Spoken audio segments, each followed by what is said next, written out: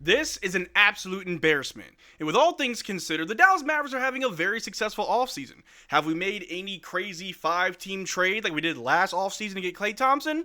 No. Did we shed a lot of salary to get better players back? Also no. But we've been making a lot of good moves, albeit small moves. They were the right moves that needed to happen. The Dallas Mavericks were able to get Kyrie Irving on another contract. We got Daniel Gafford on a very team-friendly contract extension. PJ's is coming up. We got D'Angelo Russell. We drafted Cooper Flagg. AD and Lively both got surgery. The Dallas Mavericks are preparing for a much better season this upcoming year than the one we just had. But with all that considered, it doesn't stop many people like ESPN to continue to disrespect the Dallas Mavericks. And in an article that came out earlier today, they dropped a list of the top teams in the West, and they severely disrespected the Dallas Mavericks. So in this video, we're going to take a look at that list, see where they put the Dallas Mavericks, who do they have in front of us, and where I think the Mavericks should be properly placed. But how's it going, everybody? My name is Marcel Martin. This is Mavs Digest, bringing you the latest news on everything Mavericks related. And before we get started with today's video, we're currently sitting at 21,684 subscribers, getting very close to that goal of 22K. But if you want to be up to date on everything Mavericks related all summer long, as we're counting down the days till the season returns, we've got training camp, we got preseason in the next 60 or 50 days. So if you want to be up to date on everything Mavericks related, make sure you subscribe. But the Dallas Mavericks are constantly getting disrespected. This is something that we knew way back when we had Dirk. This is something that we saw just recently with Luka Doncic. And with Cooper Flagg coming into town, yes, it's going to continue. The Dallas Mavericks just don't get the respect that they deserve. In the season that we had last year, yes, we finished 10th overall. We made it to the play-in tournament. We did lose in the second round. But the Dallas Mavericks didn't fail last year because of a skill issue. It wasn't because we didn't have talented players. It was a weird health anomaly that in part was because of Nico Harrison putting the wrong people in charge, but overall, the Dallas Mavericks could not have predicted the wild season that we had with all these injuries, with all these illnesses, and one would assume that it would take another weird, not miracle, but just a weird instance of that happening again, and it's very unlikely. The Dallas Mavericks, like I said, have been making a lot of good moves to prepare themselves for next season, and even if they're small moves, they are all the right moves. But that doesn't stop the disrespect, and I understand why some people may feel that way, but ESPN dropped their list of the top 10 teams, and the Dallas Mavericks may not be as high as some fans want them to be. If we just go right into it, take a look at this article they dropped earlier today. Off-season power rankings. Thunder clear favorites to report in West. So let's get right into the article and see what they're talking about.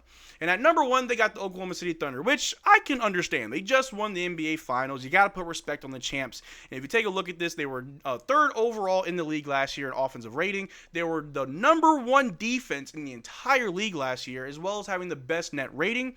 Those are the type of things that obviously makes you projected to be the best team next year, especially when, although they had no key additions, they also had no key departures. And yes, they did add a few more, I guess, salary as far as extensions go. They did give Chet Holmgren as well as Jay Williams an extension that doesn't go into play until next year, and by then they still won't be in the second apron. They'll be right below the second apron. So by all means, the Thunder are having themselves a very good offseason. So yes, them as number 1, it's no real surprise. They were number 1 the year before when we made the finals. So they're doing all the right things to maintain that spot. But the teams that come after them, number 2 is the Denver Nuggets, who last year had the 4th best offensive rating. They were the 21st in defensive rating, very interesting there, and had the 9th best net rating. Their key additions were Cam Johnson and Jonas Valanciunas. While they did trade away Michael Porter Jr. and Russell Westbrook, he just didn't have a contract. He's probably going to go to Sacramento Kings. But I do like the additions that the Denver Nuggets have added. Cam Johnson and Jonas will help with their defense. They won't be, hopefully not, be the 21st best defense. For their sake, they hope that that does improve. Jonas as another backup big, as they still have other bigs like Aaron Gordon. They also have DeAndre Jordan still, but I doubt at this age he's going to be that effective. And, of course, they have Jokic as a center who really plays as a point guard. And, I mean, Cam Johnson will help you on both ends of the floor. So, yeah, so Denver at number 2, I definitely see it. And at number 3, They have the Houston Rockets. Some people may argue that the Rockets shouldn't be that high. Some argue that, yeah, they should be that high. But last season, they had the 12th best offense, the 5th best defense, and the 7th best net rating. Their key additions were Kevin Durant, Dorian Finney-Smith, and Clint Capella, while the key departures were Dillon Brooks and Jalen Green. And when it comes to the Houston Rockets, I was very surprised that they did trade away Jalen Green. Now, obviously, it was to get Kevin Durant, a player that has been linked to the Dallas Mavericks for quite some time, at least all of last season.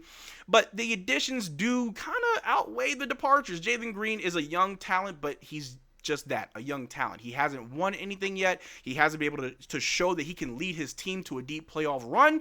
And then you got Dillon Brooks, who is a great defender. He is a good role player, but I'd argue that the players that they added, like Dorian Finney-Smith, as well as Clint Capella, will definitely help the Rockets out a lot more. And so those are your top three: the Oklahoma City Thunder, the Denver Nuggets, and the Houston Rockets. So where do they have the Dallas Mavericks? Where is this disrespect that I was telling you about?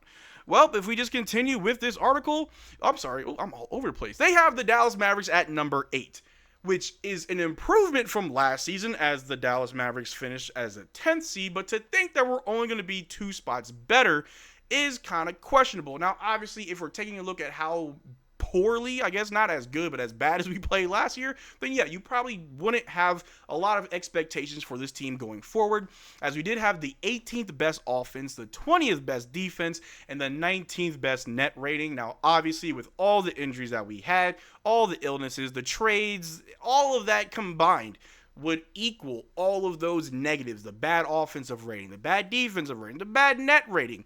I've spoken about on this channel how we were one of the league's worst three-point shooting teams. There's a lot of context that is to be added to that. In this upcoming season, there are a lot of questions for the Dallas Mavericks. Will our three-point shooting improve? Will our defense improve? Will AD play more than 50 some odd games? Will Kyrie Irving return just in time to help turn things around? So yes, I understand there's a lot of questions around the Dallas Mavericks and our success and how far we can go. But to think that we'd be the 8th seed, especially when I show you the team that's ahead of us, is absolutely insane. And that team is the Golden State Warriors, who they have projected finishing 7th overall. And last season, they had the 16th best offense, the 7th best defense, and the 10th best net rating. They added absolutely nobody all offseason. And as a matter of fact, they actually lost Kayvon Looney, going to a whole other team. I want to say he went to the New Orleans Pelicans. And then Jonathan Kuminga, which if you've been following the news, he don't even want to be there. He'd rather play in Sacramento. So that shows you that the Warriors, who didn't add anybody, who are about to lose their second player this offseason, how are they in the 7th seed? And if you look at the top, they did have them as the 4th seed last week, and they've had a significant drop, and I get it. But the Dallas Mavericks, if we just go back to the Dallas Mavericks at number 8, let's see why they have us at number 8. And the key additions this offseason were Cooper Flagg and D'Angelo Russell, 2 additions I think are great. A key departure being Spencer Dinwiddie, and if that is your only key departure, and those are your key additions, and I think we're doing pretty well. But 3 numbers to know. At the time that Luka Doncic played his last game with the Mavs, December 25th, which was Christmas, they had the league's 4th ranked offense, and it outscored their opponents by 6.1 points per 100 possessions. After that, they ranked 23rd offensively and were outscored 5.6 per 100. And I already know, there are a lot of you guys watching this video who don't want to hear any Mavericks creator talk about Luka Doncic. You want to say, get over it, he's not here anymore, stop crying, blah, blah, blah, but the facts remain. And the facts that you just saw, that before we lost Luka Doncic, before we traded him, we had the league's 4th best offense. And after that, what? We were 21st? We were the 18th best offense. That's a big drop when you trade away Luka Doncic. Now, obviously, including all the context, we had injuries, players missed time. We almost had to forfeit games and played our two-way guys heavy minutes, so I get the context around it. However, although Luka only played about 20-some-odd games with the Mavericks, we were still the 4th best offensive team in the league, and we dropped to 23rd. And the other thing that we want to take a look at is here. They saw the league's biggest drop in the percentage of their shots that came from three-point range. We've talked about that. From 44.1%, second highest in 23-24, to 38.9, 24th last season. PJ Washington saw the second biggest drop from 50.9% to 35.9% among 130 players with at least 500 field goal attempts in both seasons. And that is very telling. One of the things that PJ definitely improved upon was his three-point shooting, but to know that his field goal percentages dropped that drastically, it's very telling. It shows you a lot. But the last thing here, the Mavs allowed 9.7 fewer points per 100 possessions with Derrick Lively on the floor than they did with him off the floor. That was the biggest on-off differential on defense among 314 players who played at least 750 minutes for a single team. Lively played just 54 total minutes alongside Anthony Davis, with the Mavs allowing less than a point per possession in those minutes. That is absolutely insane. Derrick Lively may have more value than we thought. And I'm not going to lie, I'm definitely Team Gafford. I love Gafford. I love Lively. I think they're 1A, 1B. But when people talk about who needs to start, who comes off the bench, I always think that Daniel Gafford should start and Derrick Lively come off the bench because he's young, injury prone for the most part, but he can still learn a lot by coming off the bench for Daniel Gafford. But the numbers there don't lie. The fact that we had one of the best defenses when Derrick Lively was on the floor versus when he's off the floor is actually kind of insane. And the fact that they allow AD and Lively both allow less than 1 point per possession per minute while they're both on the floor? First of all, that gets me very excited for next season to know that when they're both fully healthy to start the season, the Dallas Mavericks defense should be one of the better defenses in the entire NBA. But there, that one thing goes, is health. That's the one thing that every Mavericks fan is saying. If we're healthy, when we're healthy. And I truly do believe that when the NBA season starts, once we have 20 games under our belt and we see ourselves in a very good standing in the West, then we can have a better feeling about this season. If we are a top 6 team, that I think we will be, in the first 20 games, then yes, we can put the whole if we're healthy, when we're healthy thing away, we're fine. If the opposite happens, then yeah, we'll have to talk about it. But as of right now, where Anthony Davis just had surgery to correct some things, so did Derrick Lively. He actually just had a basketball camp. He's moving around feeling good. The Dallas Mavericks should be in a very good spot. And I, myself, had placed the Dallas Mavericks in the 6th seed. I had tweeted out earlier today my Western Conference standings predictions for next season. I got Thunder, Nuggets, Rockets, Timberwolves, Clippers, Mavericks, Lakers, Spurs. Now, obviously, all that can change. And you could say I'm a homer. Obviously, I favor the Mavericks, and you'd probably be right. But I think the 6th seed is fair. The Clippers made some good moves. The Timberwolves really didn't make any moves, but they're still a good team. Rockets and Nuggets also made good moves. That's why I put them there higher. Spurs are coming along as well. And the Lakers, I love Luka Doncic. I just don't love the Lakers. But I think the Mavericks are able to be in that 5th to 6th seed spot.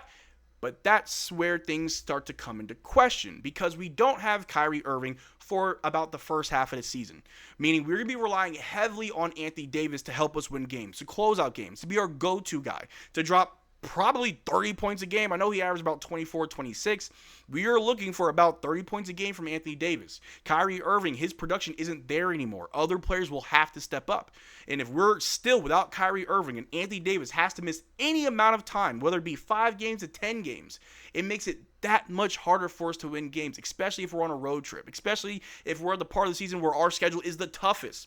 We are going to need Anthony Davis, and the success of this team until Kyrie Irving returns hangs in the balance and really just hangs on the shoulders of Anthony Davis. But with all that being said, I'm not worried about the Dallas Mavericks. We have shown several times over the last 7 years, as long as we make the playoffs, we will be a problem. The Dallas Mavericks have only ever finished 4th one time in the last 7 years that we had Luka Doncic. That was the best we have ever finished, and that was just one time. Every other time, we were less than the 4th seed, 5th seed, 6th seed, 7th seed, but we were still a successful playoff team. The Dallas Mavericks have showed time and time again, it doesn't matter what seed I am. Get me to the playoffs, and I can do something. We made the finals as the 5th seed. Now, yes, we had Luka Doncic. We don't have him anymore, but I'd argue that aside from having a star like Luka Doncic, the team around our stars, Kyrie and AD, we have a much better supporting cast. So why not make the finals? Why not be the 5th or 6th seed team? Why not be able to make the playoffs after having an abysmal season last year? But let me know what you think in the comment section down below. Do you think the Mavs should be able to finish 6th seed? Or do you agree with ESPN that 8th seed is exactly where we're going to finish? Let me know in the comment section down below. We'd have a conversation about it. But that's all I got for you guys today. Thank you for being part of the video. Make sure to check out our Twitter and Discord. Links in the description below. And as always, y'all take care. Drink water. Peace.